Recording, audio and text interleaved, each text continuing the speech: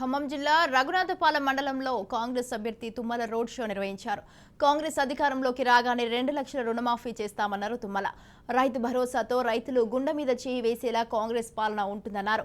రోషయ్య, కిరణ్ కుమార్ రెడ్డి ముఖ్యమంత్రి పాలనలో ఖమ్మం అభివృద్ధికి బాటలు వేశారని చెప్పారు.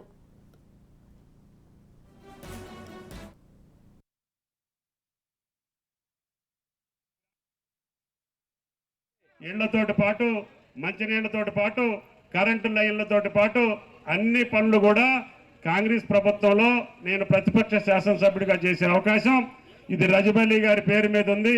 ఈ గ్రామానికి అడవిలో కట్టుకున్నారు, దారి లేదు, ఊరు లేదు, పేరు లేదు.